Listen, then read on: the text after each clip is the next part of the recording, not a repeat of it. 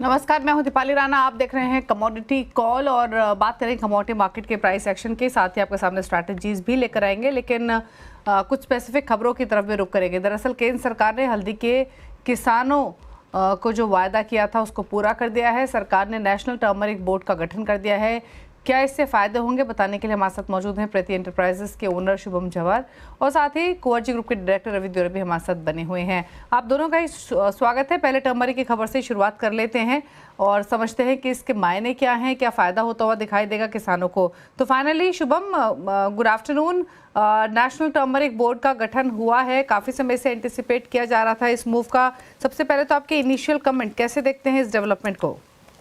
नमस्कार दीपाली जी, आपको और सीएनबीसी आवाज के सारे दर्शकों को मकर संक्रांति की हार्दिक शुभकामनाएं। सबसे पहले तो आज नरेंद्र मोदी जी ने 2025 का सबसे अच्छा और बड़ा तोहफा सारे टर्मरिक फ्रेटर्निटी को दे दिया है, एक टर्मरिक बोर्ड बना के, जो कि काफी टाइम से सभी के लिए एक रिक्वायर्ड चीज थी, सारे टर्मरिक किसानों के लिए। और ये एक हिसाब से पॉलिटिकल एजेंडा भी बन गया था। तो आज नरेंद्र मोदी जी ने और पीयूष गोयल जी ने इसका इनॉग्रेशन किया है। पीयूष गोयल जी ने इसका इनॉग्रेशन आज किया है। अच्छा, एक बात बताइए, अब एक्सपेक्टेशंस तो ये थी कि एक्सपोर्ट्स को बूस्ट होते हुए दिखाई पड़ेगा इस मूव के बाद, किसानों को बेहतर प्राइसिंग मिलती हुई दिखाई देगी। अगर हम एक्सपोर्ट पर्सपेक्टिव से देखें स्पेशली, तो फिलहाल एग्जिस्टिंग ट्रेंड्स कैसे देखने को मिले हैं, और जब ये फुल्ली फंक्शनल होगा, नेशनल टर्मरिक बोर्ड जब कामकाज करेगा, तो किस तरीके का रुझान हम एक्सपेक्ट करें एक्सपोर्ट फ्रंट पर?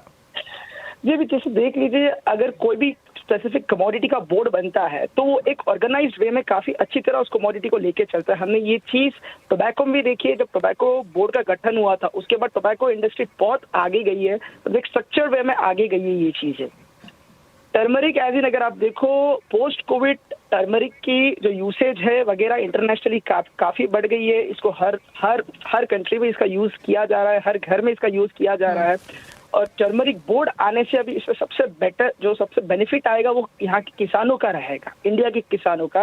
एंड इंटरनेशनली बोर्ड की वजह से टर्मरिक को एक प्लेटफॉर्म मिल जाएगा। अच्छा, देखिए, ये चीज़ तो डेफिनेटली शुभम क्लियर है कि बोर्ड के आने के बाद क्वालिटी हो टर्मरिक की, सेफ्टी स्टैंडर्ड्स हो, प्रोडक्शन के एक्सपोर्ट्स हो, इन सब पैरामीटर्स पर कामकाज करेगी जो ये बोर्ड रहेगा, ताकि किसानों को बेहतर प्राइसिंग मिले, एक्सपोर्ट्स को बढ़ावा मिले। लेकिन अगर हम करंट एग्जिस्टिंग सिचुएशन देखें तो वो किस तरीके की है पैदावार को लेकर, क्योंकि आंध्र प्रदेश हो या तेलंगाना, शुभम, अनुमान यही है, एक्सपेक्टेशंस यही है कि वहाँ पर इमेंस पोटेंशियल है टर्मरिक प्रोडक्शन को इंक्रीज करने का। तो फिलहाल अगर हम स्टेट वाइज या रीजन वाइज देखें तो किस तरीके के आंकड़े दिखाई दे रहे हैं ओवरऑल टर्मरिक अवेलेबिलिटी प्रोडक्शन के हिसाब से? देखिए मैम, टर्मरिक बेसिकली ये जो टर्मरिक क्रॉप है ये हिस्टोरिकली निजामाबाद, इंटरनेशनली भी अगर आप टर्मरिक को देखो, निजामाबाद ही ऐसा जगह है जहां से हल्दी जानी जाती है, निजामाबाद की वजह से। तो सबसे पहले इस कारण से निजामाबाद को लोकेशन चूज किया गया है ताकि इसका टर्मरिक बोर्ड का हेडक्वार्टर बनाया जाए। इसको एक चीज, फर्स्ट चीज ये है। सेकेंड चीज, अभी यहाँ पे टर्मरिक बोर्ड के गठन के बाद जो नई टाइप की वैरायटी टर्मरिक की वैरायटीज रहेगी, उसको नया फ्यूजन होगा, ये ताकि यील्ड बन जाए, ताकि अच्छी यील्ड आ सके। ये किसानों में रिसर्च एंड डेवलपमेंट, टेक्निकल जो भी सपोर्ट मिलेगा किसानों को इस चीज के लिए। अच्छा, एक चीज़ और, अगर हम क्योंकि आप शुभम कनेक्टेड हैं तो एक राय आपसे प्राइसेस पर भी ले लेते हैं। हमने टर्मरिक के प्राइसेस में थोड़ी नरमी देखी है। इनफैक्ट अगर हम नरमी का कारण देखें तो जो कर्नाटका है, आंध्र प्रदेश में जो ऑनसेट ऑफ हार्वेस्टिंग है उसकी वजह से ये प्रेशर बनते हुए दिखाई दिया है। मकर संक्रांति के बाद तेलंगाना में भी हार्वेस्टिंग होना शुरू हो जाएगी। तो फिलहाल सप्लाई कैसी दिखाई दे रही है, प्राइसेस को लेकर क्या व्यू है? मैम अभी देखिए, टर्मरिक में ऐसा है, जनरली मकर संक्रांति के बाद नई टर्मरिक की हार्वेस्टिंग स्टार्ट हो जाती है। निजामाबाद में ये 10 दिन, मतलब हम समझते हैं 20 से 25 तारीख तक हमको नई हल्दी आना चालू हो जाएगी। एंड जहां तक हमें हमारी नॉलेज है, जो क्रॉप जहां निकल रहा है वो काफी अच्छा निकल रहा है। तो इस वजह से प्राइसेस पे थोड़ा प्रेशर बना हुआ है। और जो बोर्ड एनसीडीएक्स में फ्यूचर प्राइसेस काफी ऊपर चले गए थे, जबकि स्पॉट इतना बड़ा नहीं था, तो उस कारण से अब ये प्रेशर बना हुआ है।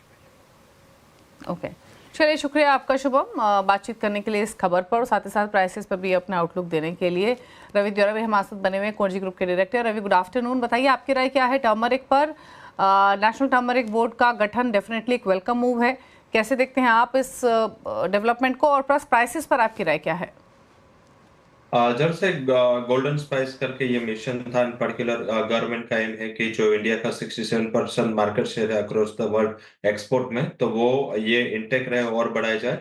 और पर्टिकुलर जो टर्मरिक का प्रोडक्शन है वो 12 लाख टन से गवर्नमेंट का ऑब्जेक्टिव है कि 20 लाख टन पहुंचाया जाए। तो I think almost double production करने का ऑब्जेक्टिव के साथ ये मिशन में शुरुआत हुई है। डेफिनेटली टर्मरिक एक हाई यील्ड कमोडिटी है एंड इसका फायदा मीन्स के डायरेक्ट फार्मर को होगा। हालांकि इसमें सबसे ज्यादा इश्यू आता है वो क्योंकि सोइंग के टाइम उसको अच्छा पानी चाहिए एंड वो पानी कांस्टेंट होना चाहिए। तो अगर दिक्कत आती है, अगर थोड़ा भी बारिश ऊपर नीचे होता है, तो आई थिंक फार्मर को काफी मुश्किलें आ रही थी। हालांकि मिशन के अंतर्गत सब कवरेज है, काफी कुछ चीजें इसमें अनाउंसमेंट की गई है। तो मुझे लग रहा है कि एज ए फार्मर कम्युनिटी ये अच्छा मूव है एंड आगे जाके ये एक एज ए इकोनॉमी, क्योंकि $1 बिलियन का एक्सपोर्ट सिंगल कमोडिटी का है, तो आई थिंक मुझे लग रहा है कि ये एक अच्छा मूव है। साथ में टर्मरिक में प्राइस आउटलुक, जैसे आगे भी बात हो रही थी, I think higher production higher yield की वजह से प्राइसेस में कैप लगा हुआ है। मुझे लग रहा है कि सेल ऑन राइस का स्ट्रेटेजी रखना चाहिए। लेवल स्पेसिफिक 14,500 14,450 के बिटवीन बेच है। स्टॉप लॉस लगा है 14,720 का, और डाउन साइड मेरा मानना है कि 14,000 13,900 तक के लेवल आपको जल्दी आते हुए दिख सकते हैं। ओके, चलिए, तो ये राय रही आपके लिए टर्मरिक पर।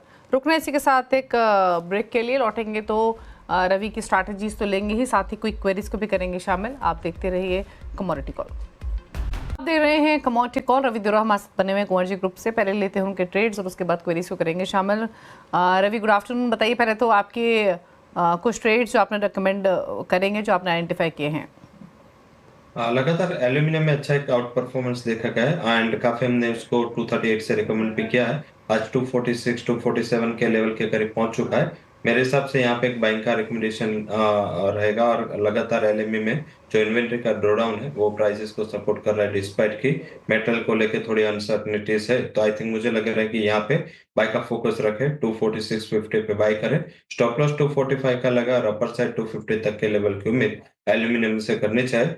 एग्रो बास्केट से रिकमेंडेशन में गोवर गम होगा। गोवर गम में भी लग रहा है कि अगर शॉर्ट टर्म का आउटलुक है वहां पे 10,420 के करीब गोवर गम के फेब्रुअरी फ्यूचर में बाय करें। स्टॉप लॉस लगा है 10,200 का, और अपर साइड 10,780 तक के लेवल दिखने चाहिए। तो ये दोनों रिकमेंडेशन, एक एग्री एक नॉन एग्री, दोनों से आज टॉपिक रहेगा। ओके, तो ये रहे आपके लिए trades agri non agri pack से। अब क्विकली क्वेश्चंस को करते हैं शामिल। चिराग सोनी ने हैदराबाद से सवाल भेजा है। चांदी पर इनका क्वेश्चन है। 2 लॉट खरीदे हुए हैं 89,560 के प्राइस पर, फिलहाल थोड़े फायदे में है, लेना है मुनाफा या होल्ड रखें? चांदी में पोजीशन 89,560 का बाइंग प्राइस। मेरे हिसाब से थोड़ा होल्ड रखना चाहिए। 90,000 का लेवल आज चांदी ने प्रोटेक्ट किया है। 90,000 का आप स्टॉप लॉस लगाए और पोजीशन को होल्ड करें। अपर साइड 91,200 से 91,500 के करीब आता है, तो वहां पे मुनाफा वसूली कर ले, क्योंकि लॉन्ग अप साइड बचे नहीं है, थोड़ा एक रेंज में ट्रेड होगा। कल यूएस के सीपीआई इन्फ्लेशन और आज होलसेल इन्फ्लेशन के डेटा आने वाले हैं। कल का डेटा काफी इंपॉर्टेंट है, तो थोड़ी 2 दिन वॉल्टालिटी होगी, तो हायर लेवल पे आप वहां पे मुनाफा वसूली कर ले और 90,000 का एक ट्रेलिंग स्टॉप लॉस लगा। अगला सवाल लेते हैं। आदित्य कुमार ने भेजा है दिल्ली से। सोने पर 1 लॉट इन्होंने खरीदा हुआ है 76,500 के भाव पर। अगेन फायदे की पोजीशन इनकी हो चुकी है। अब ये लेना है या मुनाफा, या होल्ड रखें इस पोजीशन को?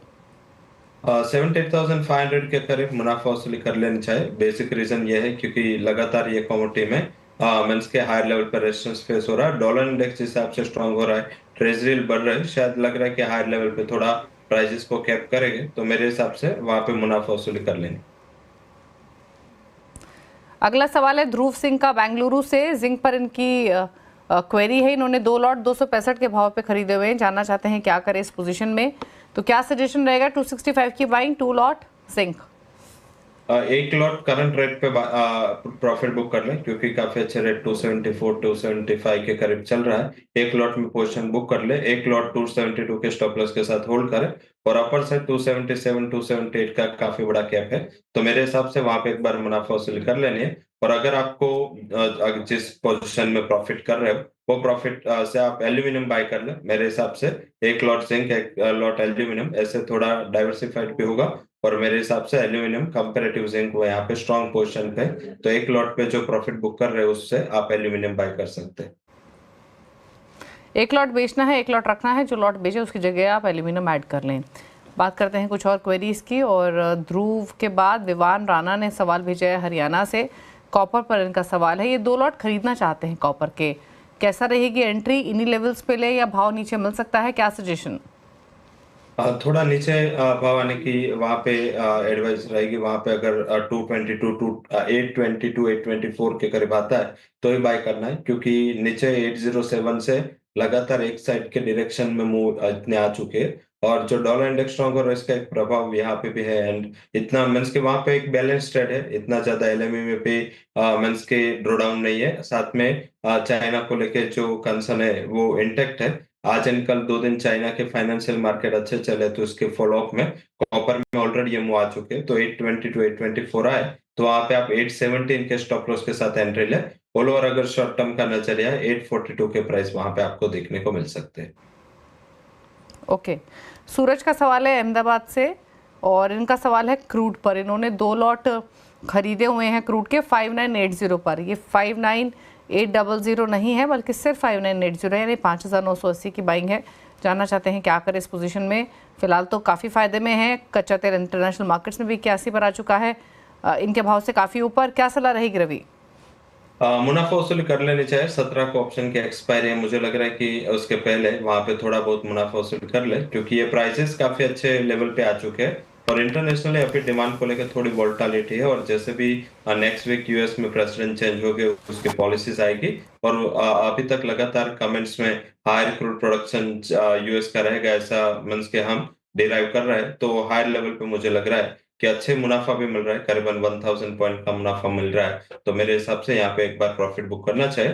हाई लेवल से रेजिस्टेंस रहेगा, और प्राइसेस में एक बार फिर से 6400 तक के लेवल की उम्मीद करनी चाहिए। तो मुझे लग रहा है कि अगर आपका छोटा नजरिया है 1 महीने से कम का, तो ये करंट लेवल पे भी एक बार मुनाफा वसूली कर लेनी चाहिए।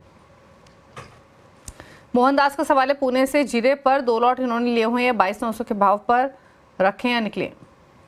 कोस्ट के करीब अगर आता है 22,740-50 के करीब चल रहा है, कोस्ट के आसपास आता है, तो वहां पे एक बार आप एग्जिट कर ले। अभी करंट लेवल पे जो आपका स्टॉप लॉस लगाना है वो अराउंड 22,700 के करीब का एक स्टॉप लॉस लगा है, पोजीशन को होल्ड करें। मैं फरवरी फ्यूचर की बात कर रहा हूँ। अगर करंट फ्यूचर में तो 22,880 का स्टॉप लॉस लगा है, और 23,400 के करीब अगर करंट फ्यूचर आता है तो एग्जिट करना है। और अगर आपका फरवरी फ्यूचर में बाय है तो एक बार आपके कोस्ट के करीब आ जाता है, क्योंकि वहां पे बैकवर्डेशन में कॉन्ट्रैक्ट चल रहा है, तो एक बार कोस्ट पे भी आ जाता है तो वहां पे एग्जिट कर लेना। अगले व्यूअर ललित कुमार है विदिशा से। इनका सवाल है कोरिएंडर पर। इनके पास फिजिकल फॉर्म में 8 क्विंटल पोजीशन रखी हुई है, निकाल दें इस पोजीशन को या होल्ड करें? आगे के लिए प्राइस आउटलुक भी जानना चाहते हैं, भाव किस डायरेक्शन में जाते हुए दिख रहे हैं कोरिएंडर के?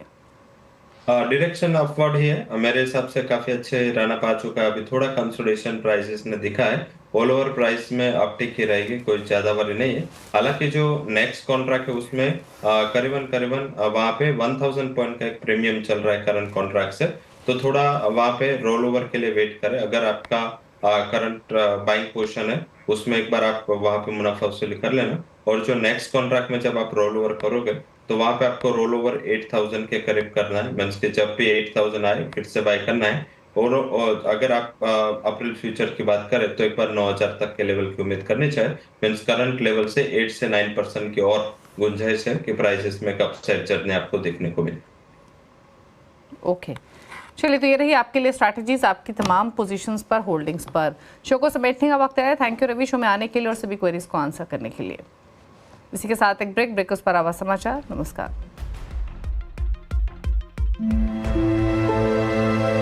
भारत हमारी धड़कन है, भारत हमारी जान है, इसकी कामयाबी से ही हमारी पहचान है। देश में अब हर कोई निवेश की भाषा सीख रहा है। वक्त से पहले किस्मत से ज्यादा पाने का इरादा कर चुका है। जब पूरी संजीदगी के साथ दिन रात एक जुनून को पूरा करने में लग जाते हैं तो कामयाबी खुद ब खुद आपके पास खड़ी होती है। छोटे से लेकर बड़े कई सारे सपने हमने पूरे होते देखे हैं, पर अभी भी बहुत से ख्वाबों को पूरा करना बाकी है। ये जज्बा यूं ही आगे बढ़ता रहेगा। हमारे रिश्ते का मांझा वक्त की चरखी पे यूं ही लिपटता रहेगा और भारत की समृद्धि का ये सफर नई ऊंचाइयों को छूता रहेगा। 20 सालों से भारत के निवेशकों का भरोसा, CNBC आवाज लाता रहेगा आपके मुनाफे की बात।